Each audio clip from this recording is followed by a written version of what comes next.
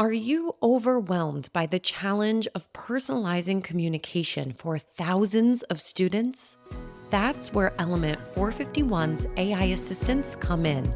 From nudging prospective students to guiding those already on their journey, AI assistants don't just automate, they write, build, and optimize every step of your digital campaigns.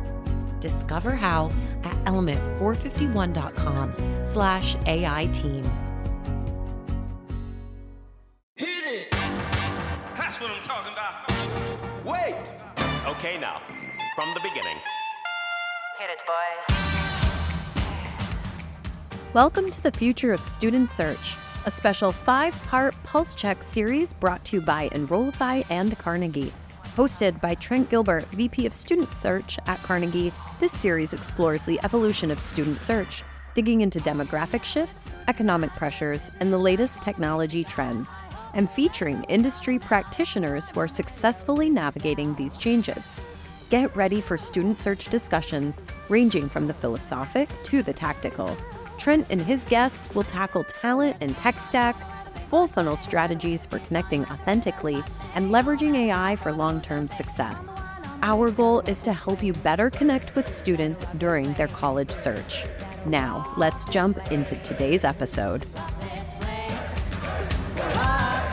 Welcome to the Future of Student Search, a 5-part Pulse Check series sponsored by Carnegie. This is Mallory, Willseas, Chief Strategist of Enrollify, and I am joined for this first part with Trent Gilbert, the VP of Student Search Solutions from Carnegie. Trent has served as VP of Enrollment at 3 different institutions and deeply understands the challenges and pressures that modern day enrollment managers face at both the undergrad and graduate levels. And in addition to serving as a former VPEM, Trent also co-founded and served as an industry leader of Render Experiences, which puts him at the table of enrollment strategy conversations at over 250 institutions. So not only is the title exactly what it should be, but Trent, you've got the experience to be leading this 5-part Pulse Check series. So I am so excited to welcome you to the Pulse today.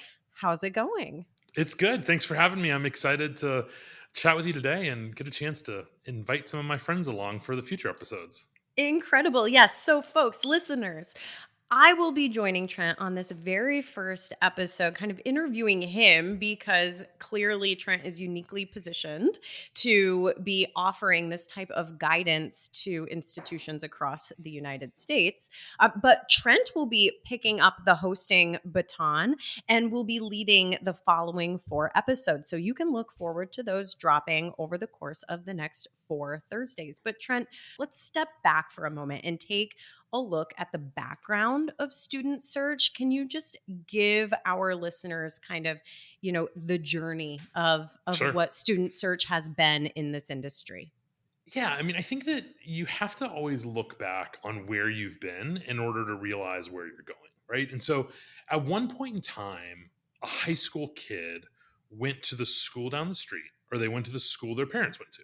And like that was their like circle of knowledge about the college process. And oftentimes the very first time a student ever set foot on a campus was when they went to go move in, right? They packed their trunk, they got on the train or they got in mom and dad's car and they got kicked out at the curb and there they were, right?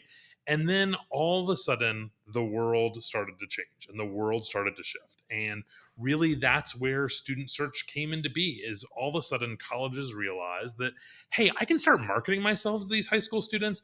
And if I start marketing myself to the high school student, I actually have an ability to expand my reach, to expand where I am, right? So colleges started, going to high schools. Let's go visit high schools and let's go to college fairs. Hey, oh my gosh, we can get someone's mailing address and we can mail them stuff, right? I mean, and now what do we get? We get stuff in the mail all the time from marketers and advertisers, and we sometimes get really frustrated with that, right?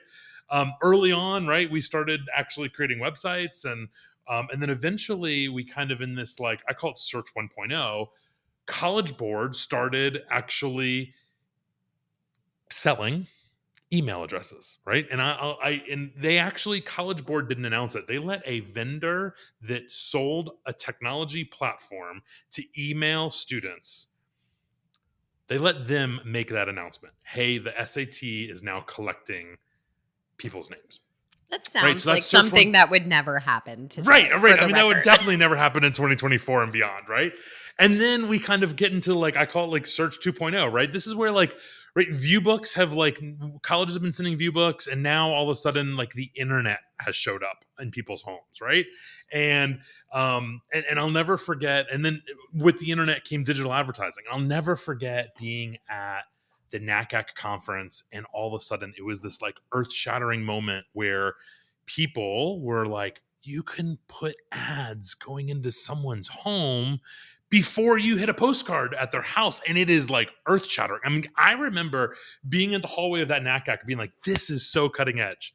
Now it's like, this is what we have to do as part of it. Right. So, and then, we also had, obviously we had more emails. We started using the telephone, right? No one uses the telephone anymore. And then we kind of progress into SMS messaging and digital ads and organic social media and all these things that we now know. Because, by the way, we still do all of these previous things, right? We haven't really changed our approach. And so now really kind of like that's where we've been and kind of where we are now and where we're going in the future from where I sit is, we're really at the search 3.0, right? This is where we are. This is what's ahead. We're doing much more sophisticated advertising, digital advertising. We're using AI chatbots and content and video and TikTok and Snapchat and Reels and all these things in order to try to connect with a student. And we've layered all that into the work that we've been doing. So that's where we've been and where we are and kind of where we're going as we look to the future.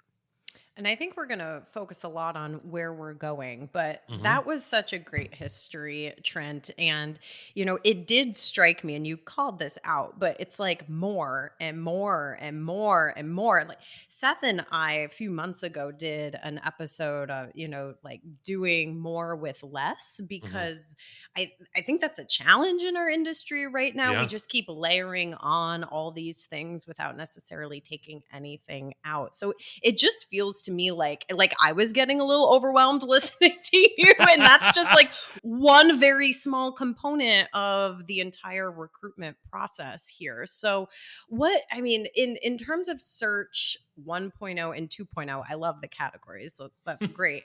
Like in terms of search 1.0 and 2.0, like is some of that stuff still working, or do we need to just say goodbye to some of it?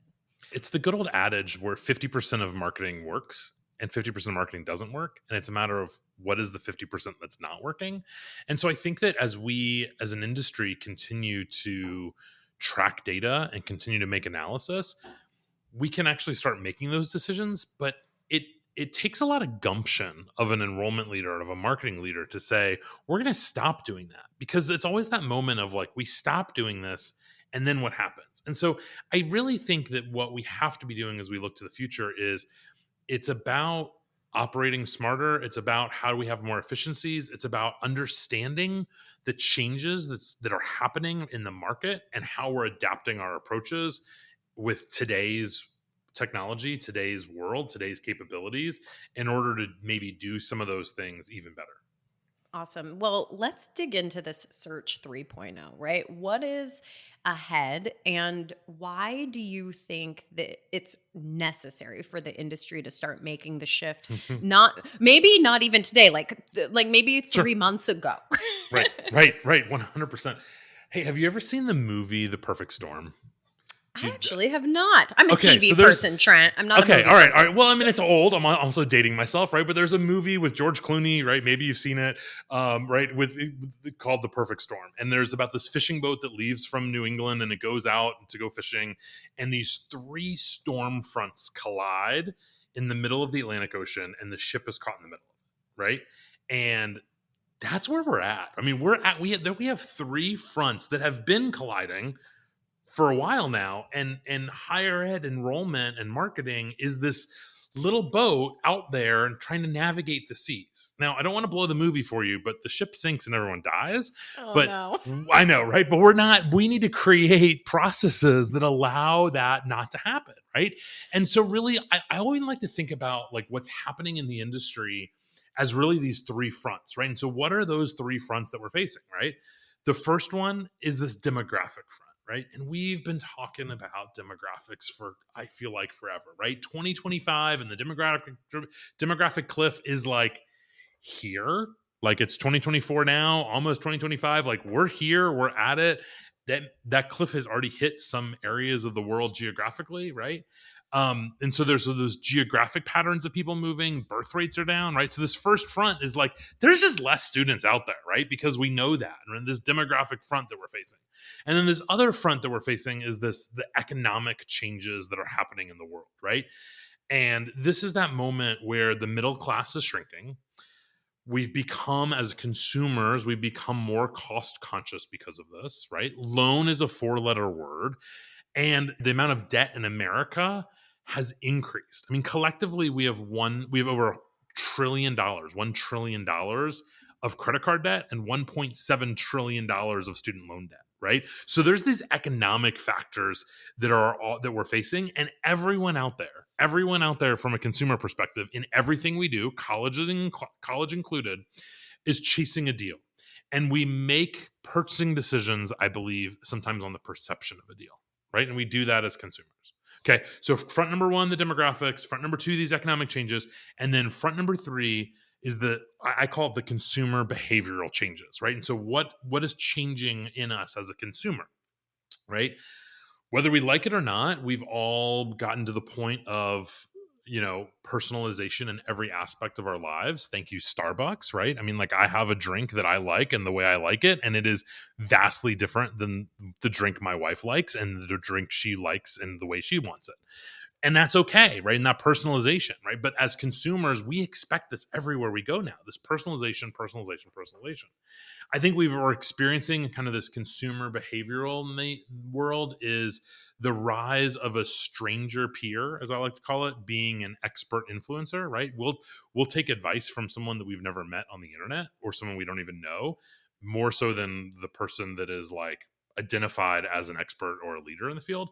And then this co-purchasing environment that we're in, right? It's been, especially when we're thinking about high school students, it's this rise of parents are equal part of the process. I actually believe that we're entering this purchasing world personally, right? Where we actually have grandparents coming into this as we see the wealth transition happening in America.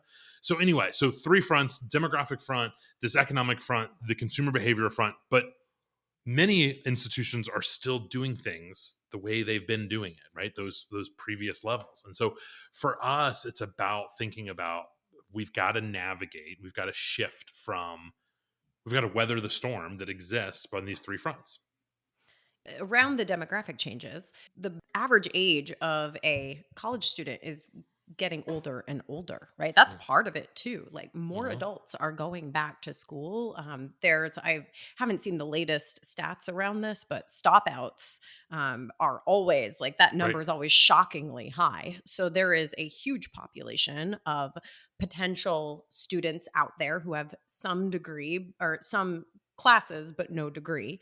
Right. And with the decline in the high school graduation rate, it feels like those demographic changes are not just one of the fronts that are coming, but there's also opportunity in that too for the institutions that are paying attention. Oh, I think there's opportunity in all these fronts, right? I mean, and that's, I think at the core, it's about, right? I mean, pressure, these environmental pressures forces us to change.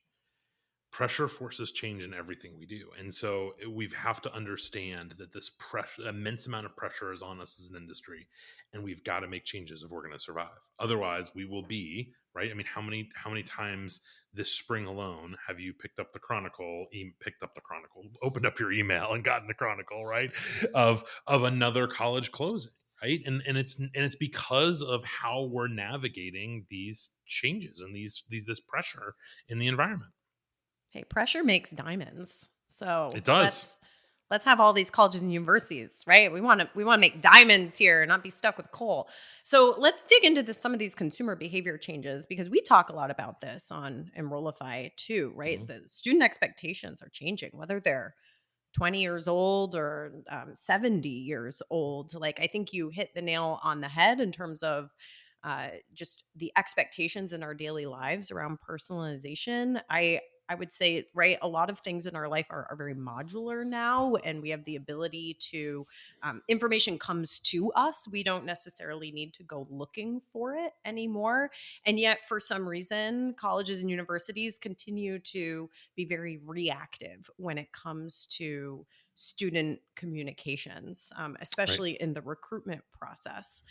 So I feel like this is maybe where technology comes into play with some of this, although it certainly has an impact on the other fronts too. So let's talk tech for a little bit. If there's three fronts, there's actually a fourth front, right? It's the technology changes, and it's the technology changes that are impacting the students, but also the institution, right? I mean, I don't go anywhere without my iPhone. I mean, my iPhone is with me everywhere I go. And so, I mean, it's never more than like sit bad. It's never more than like 3 feet away, right? I mean, from you. But I mean, these technology changes are happening, right? Privacy laws we're seeing happening in the marketplace. So how are we preparing for those? Web, CRM advancement. I mean, we could talk a lot about the kind of what's happening in the CRM world of things. We have access to everything at our fingertips. Social media has become a news source for us, right? I mean, it's where a lot of people, myself included, get a lot of our news. And then you have to have that moment of like, is this real? Right. And then of course there's this AI thing. It's this AI component that is everything. Everywhere you go, you are encountered with AI. I mean, the commercials on TV are promoting, come use our AI platform. And so I think there's also these technology changes that are really impacting the way we work, but also the way that our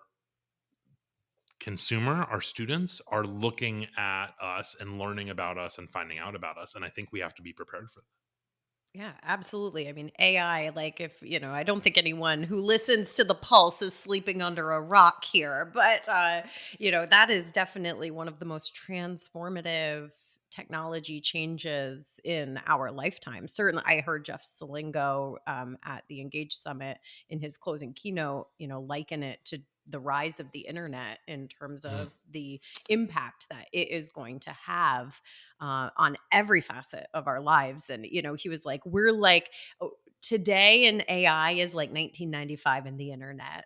Like, right. So there is so much yet to come that we can't even predict. And, and that's going to have an impact on everything else that was just in your list, from the Right. web to CRM advancement to the way our phones work to social media, etc. Hey, it's Seth. Element 451 is hosting the AI Engage Summit on October 29th and 30th.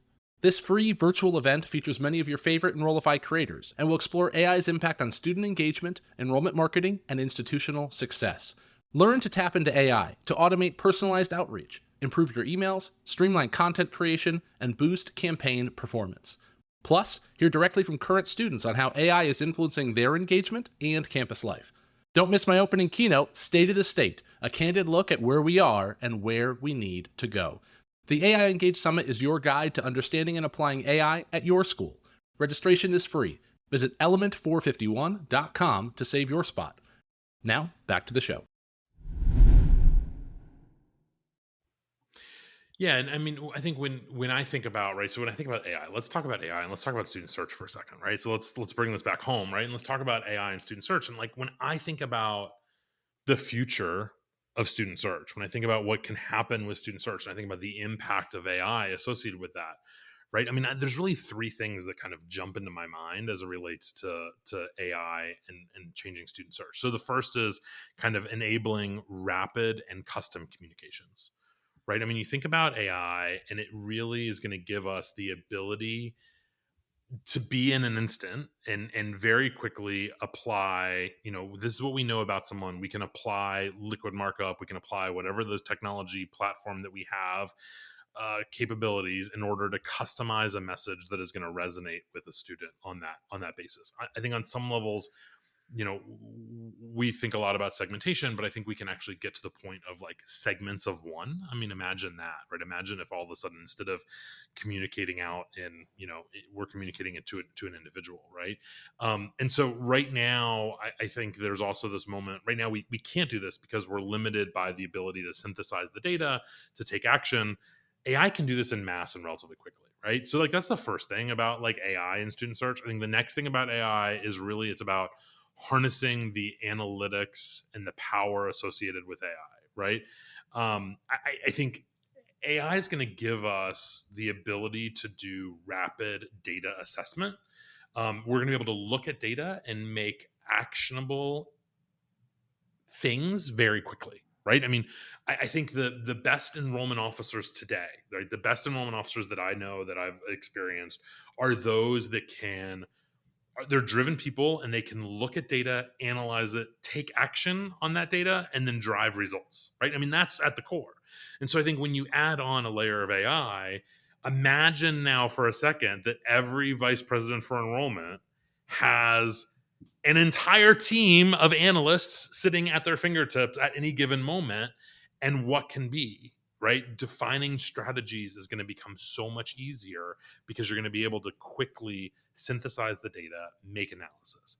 And then, I envision kind of the combination of all of these, kind of a rapid shift in content strategy, and a rapid adaptation to a cycle, right? I think right now, if we want to make a change in our enrollment efforts, we do that on a cycle by cycle basis. And I think we're going to be able to do this like that. I mean, we're going to be able to mid-cycle. In the past, when you were down and behind in numbers, you might not have been able to recover. I think now with the advent of AI, some of those institutions are going to be able to recover because of these things. But I think the important thing about AI is it's not, you have to have, there has to be some investment on the front end. You have to have a platform. The magic isn't the AI. It's knowing what to ask it in a way that the machine knows what you're asking, right? And so this at Carnegie, this is where we're spending a lot of time and investment right now is, right, AI has to be trained. There has to be software that lies above all of this. And we're spending time working on that in order to help enrollment leaders in the future leverage the capabilities of AI as it relates to student search. You just said so many things that I want to unpack a little bit more. And I may go backwards because of what's freshest in my mind. But, as you mentioned, the ability to interact with technology, not just AI, but with technology, has always come with a learning curve. And I think one of the reasons why it isn't going to be so much easier for us all to adopt artificial intelligence is because we can communicate with it using natural language. And on to your point about harnessing analytics with AI, I think that's why the opportunity is so exciting to me, because I know of many VPs of enrollment, or marketing and communications, who either do not have the resources and budget to hire data analysts in general, or have been sitting on open positions around this, because it's challenging to attract people into our industry sometimes, Right. in certain roles, and that tends to be one of them. So all of a sudden now, anybody, you, me, my little sister, like everybody can communicate with artificial intelligence just naturally. Query the data like I might ask you a question, and on the other side actually be able to generate that rapid data assessment that you spoke to, that allows us to now uncover where the opportunities are mid-cycle, because maybe there's certain populations that are trending ahead, or Right. where the challenges are, so those course corrections can take shape. And all of this is connected to each other, of course. But just like when you're in that moment now, artificial intelligence is going to give you the ability to recreate that content. I was speaking with a VP of enrollment management at a conference back in June or July, and she was mentioning to me that it was going to take her all summer to rewrite her enrollment communications for the coming year. And I remember I had a moment where I was like, well, you could press a couple buttons and artificial intelligence could kind of do a lot of that work for you. You could be done that project by the end of this week with the right integration of technology. Or territory analysis or strategic name buys, right? I mean, I think that there's this moment of how we leverage and analyze the data in order to help us make informed, smart decisions that are going to help us meet our enrollment goals. Yeah. Where should I be spending my time? That is a question that you will be able to ask your CRM or wherever your data is housed. Where should I be spending my time? And the AI can do all of the analysis that is necessary to yield a real answer to that question. And in a pre-open AI world, that probably would have taken 3 months. Actually, I was an admission counselor. It took me all summer to figure out where I was supposed to go spend Right. my time in the fall. Right. And now you can do that in minutes. Right. Incredible. Yeah, and the capabilities are there and or will be there, right? But again, it's that frontline investment that you have to make in order to leverage it in a way that makes sense. So let's bring it back now to the CRM, right? So let's talk about the impact of technology around, such a critical tool that I hope at this point every enrollment office is using, but I happen to know that there are plenty still sitting on spreadsheets. So let's talk CRM a little bit, and I think you might have a story about when you started admissions around this. I do, right? So you're talking about spreadsheets. Let's go back a step, right? I mean, when I started in admissions, I was given a pile of index cards and an index card box, right? And inside that index card box were little file tabs labeled 1 to 31. And every student that I was working with on the front had their name, their phone number, whatever I knew about it. And then on the back, I would make notes and I would be like, okay, I'm going to follow up with this person on the 21st. And I'd file them behind the 21st. And I would not even think about that kid again really until the 21st rolled around. And if that kid called me, I'd be hard pressed to find where that kid is in my file box because that kid would be filed in number 21 because I'm going to follow up with them on the 21st. And so really like we've progressed a long way Thank from goodness. this. Right. Thank goodness. Thank goodness. But I think that the key point when I think about this is that was a point where, and in the early infancy of CRMs, and when we apply it to student search, institutions had to outsource their student search. They had to take the names they acquired and they had to send them out to someone else to kind of do the top of the funnel stuff that those companies were doing for them. And then those companies say, oh, this person raised their hand. Now you take it from here. Right. And that's really kind of how the CRM happened. But I think that it's important now to what they didn't have in all of that, right? They didn't have a tech stack that allowed them to have data ownership.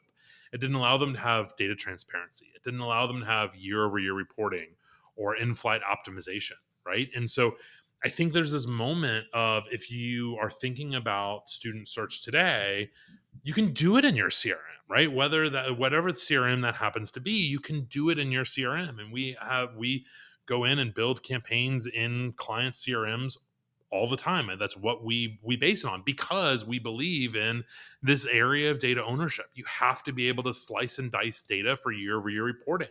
We don't think you should be limited by the data that you receive from your partner from a year ago, right? You should have all of that rich data.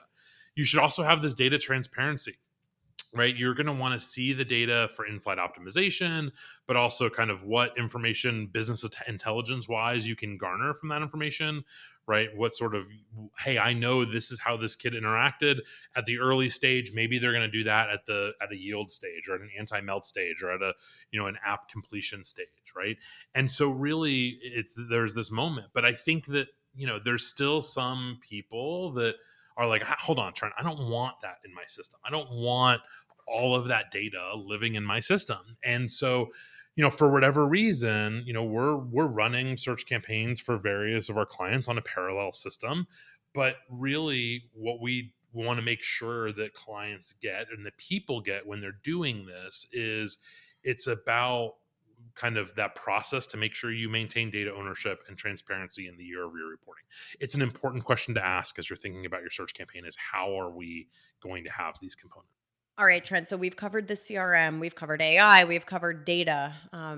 Around this topic of search, right? It's not just the top of the funnel. You brought this up a little earlier, so let's dig into that a little bit more. What do you mean by that? Yeah, I mean, I think that as an industry, we spend a lot of time. We think of student search. We think of let's get a name and let's get the person to raise their hand. But at the end of the day, hand raisers don't pay the bills.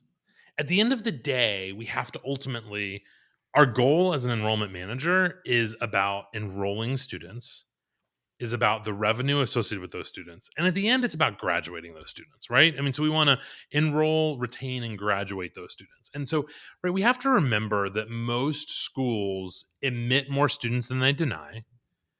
And, 20%, 200 schools own about 80% of the endowment. So unless you're one of those schools, you are likely a tuition-driven, tuition-dependent institution.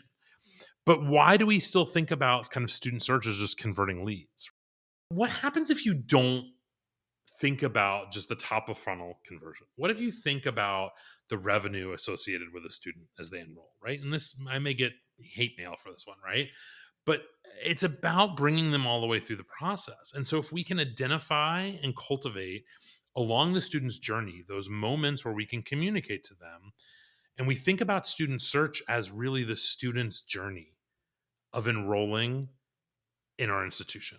And so we need to be thinking about search as being yield focused, right? You're not just spending time at the top, but we're moving a student throughout their journey. And I think there's opportunities along the way, along that journey to connect, right? It's about getting them to raise their hand, sure. It's about getting them to apply, sure. But it's also about yielding that student. It's about it's about once that student makes a decision, getting that student to enroll. And to me and to us at Carnegie, when we think about Student Search 3.0 and we think about the future of student search, it really is about a yield-focused approach to student search.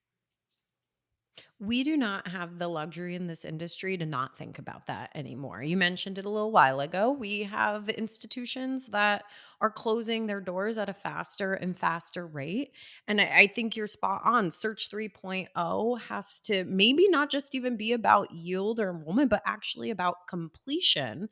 And to tie this back to our conversation about AI, we finally have a tool that's going to help us collate and analyze a lot of the disparate data sources that will actually tell us whether or not the students we enrolled from search activities went on to complete that 2 or 4 year degree at the end of it all. And there, goodness, is a mountain of, I'm sure, very helpful information that if you did that data analysis, right, to go back, where should I be spending my time, AI, right? Like there is one example right there.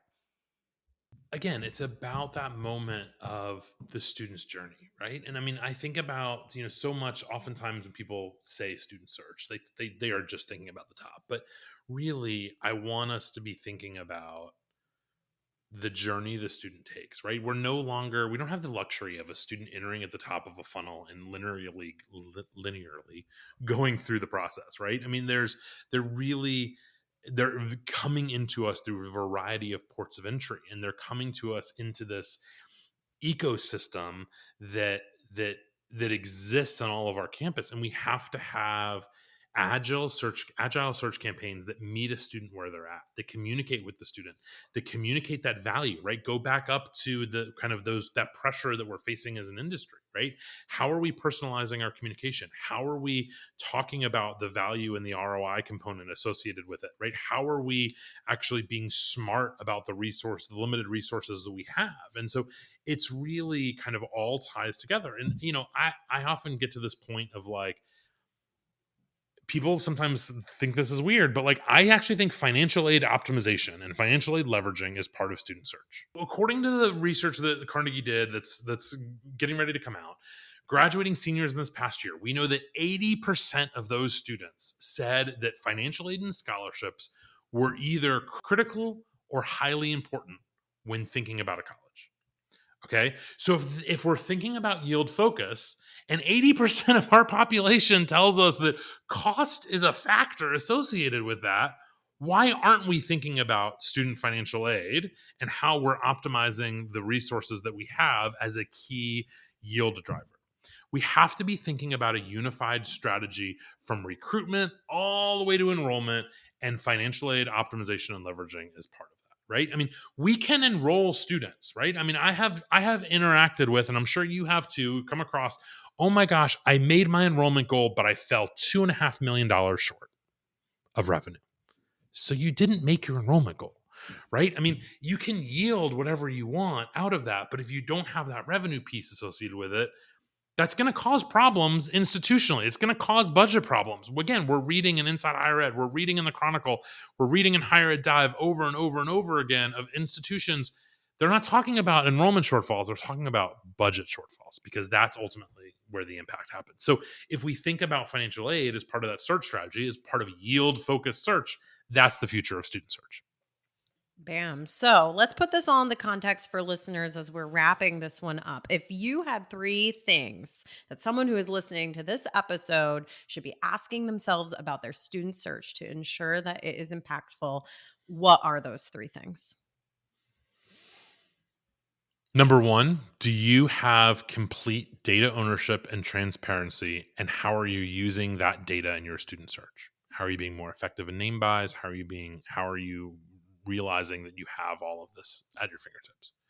Number 2, how are you generating a connection with your students, be it by channel choice or message choice, hopefully both, right? How are you generating this authentic connection that gets to their why, that gets to the reasoning of why they're making a decision, right? And so segmenting to that level.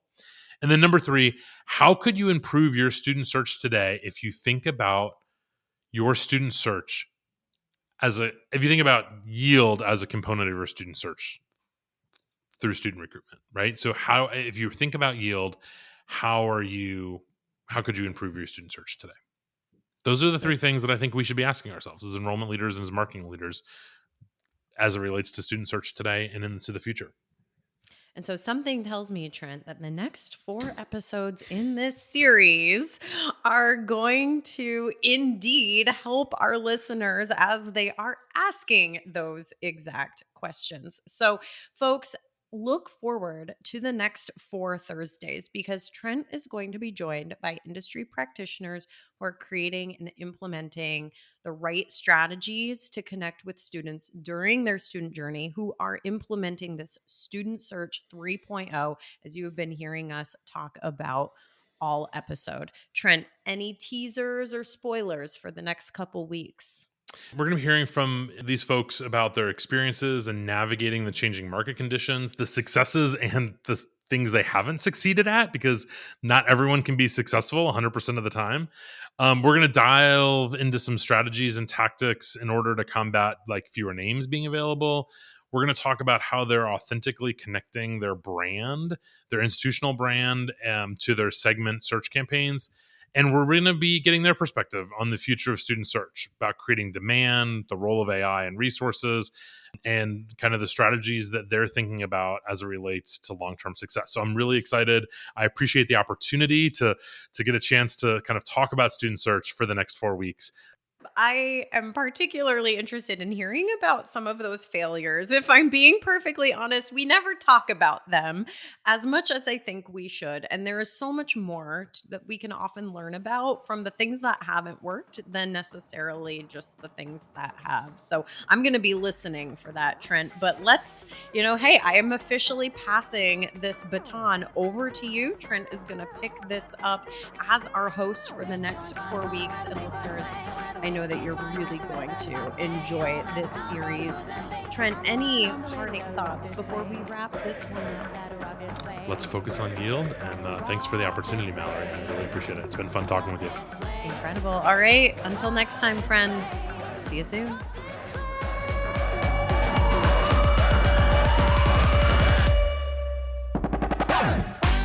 This Pulse Check mini-series has been brought to you by Carnegie.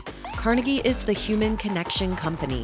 Whether you're in marketing, enrollment, advancement, or student life, a volunteer, or the president, success is predicated on connecting, literally and figuratively. Carnegie connects colleges and universities with students by fusing human psychology with marketing and enrollment innovation. Carnegie offers groundbreaking solutions that lead to action, enrollment, retention, and lasting affinity. Learn more on carnegiehighered.com.